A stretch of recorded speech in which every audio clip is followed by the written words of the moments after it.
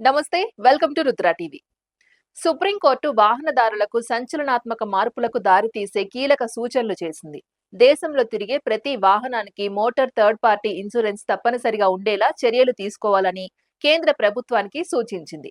ఈ దిశగా వాహనానికి చెల్లుబాటు అయ్యే బీమా ఉందో లేదో నిర్ధారించిన తర్వాతే పెట్రోల్, డీజిల్ వంటి ఇంధనాన్ని సరఫరా చేసే విధానాన్ని పరిశీలించాలని కేంద్ర రోడ్డు రవాణా, రహదారుల మంత్రిత్వ శాఖతో పాటు ఐఆర్డీఏఐకు ఆదేశాలు జారీ చేసింది.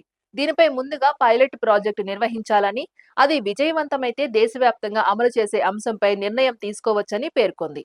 అంటే ఇన్సూరెన్స్ లేని వాహనాలకు బీమా తీసుకునే వరకు ఇంధనం ఇవ్వకుండా ఉండే అవకాశాన్ని పరిశీలిస్తున్నారు. ప్రస్తుతం ఇది అమల్లోకి రాలేదు, కేవలం ప్రతిపాదన దశలో మాత్రమే ఉందని కూడా స్పష్టం చేసింది. ఇదే సమయంలో రోడ్డుపై ఇన్సూరెన్స్ లేని వాహనాలను గుర్తించేందుకు ఆధునిక సాంకేతిక పరిజ్ఞానాన్ని వినియోగించాలని సుప్రీంకోర్టు సూచించింది. ఆటోమేటిక్ నంబర్ ప్లేట్ రికగ్నిషన్ కెమెరాలను కేంద్ర వాహన్ డేటాబేస్, బీమా డేటాబేస్లతో అనుసంధానం చేయాలని ప్రతిపాదించింది. దీంతో రోడ్డుపై ప్రయాణిస్తున్న వాహనం నంబర్ను కెమెరాలు స్కాన్ చేయగానే దానికి బీమా ఉందా లేదా అనే సమాచారం క్షణాల్లో అందుబాటులోకి వస్తుంది. ఒకవేళ చెల్లుబాటు అయ్యే థర్డ్ పార్టీ ఇన్సూరెన్స్ లేకపోతే ఆటోమేటిక్ గా ఈ చలానా జారీ అయ్యేలా వ్యవస్థను రూపొందించాలని సూచించింది.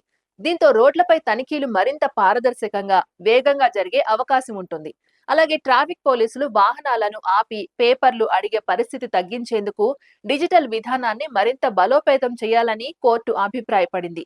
ట్రాఫిక్ సిబ్బందికి ప్రత్యేక మొబైల్ యాప్లు లేదా హ్యాండ్ హెల్డ్ పరికరాలు అందుబాటులో ఉంచాలని, వాహనం నంబర్ నమోదు చేయగానే ఇన్సూరెన్స్, రిజిస్ట్రేషన్, ఇతర వివరాలు వెంటనే కనిపించేలా వ్యవస్థను అభివృద్ధి చేయాలని సూచించింది. దీంతో వాహనదారులు ఫిజికల్ డాక్యుమెంట్లు వెంట తీసుకువెళ్లాల్సిన అవసరం తగ్గడంతో పాటు నకిలీ పత్రాల వినియోగానికి అడ్డుకట్ట పడుతుందని భావిస్తోంది. అంతేకాదు, కొత్తగా కొనుగోలు చేసే వాహనాలకు థర్డ్ పార్టీ ఇన్సూరెన్స్ కాలపరిమితిని కూడా పెంచాలని కోర్టు ప్రతిపాదించింది.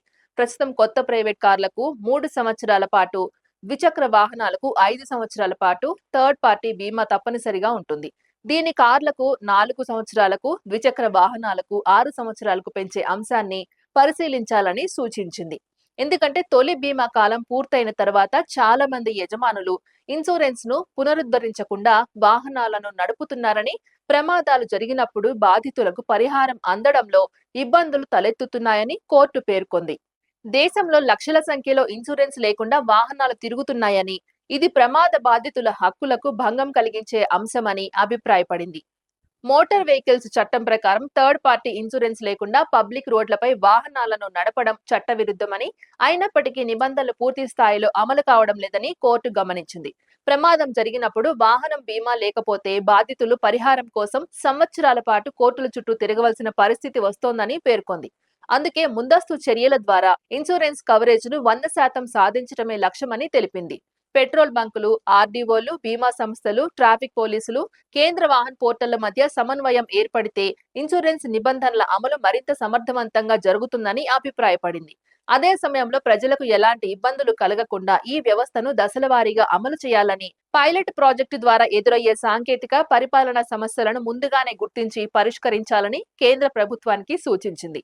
పైలట్ ప్రాజెక్టు ఫలితాలను పరిశీలించిన అనంతరం మాత్రమే దేశవ్యాప్తంగా అమలుపై తుది నిర్ణయం తీసుకోనున్నట్లు సుప్రీంకోర్టు స్పష్టం చేసింది.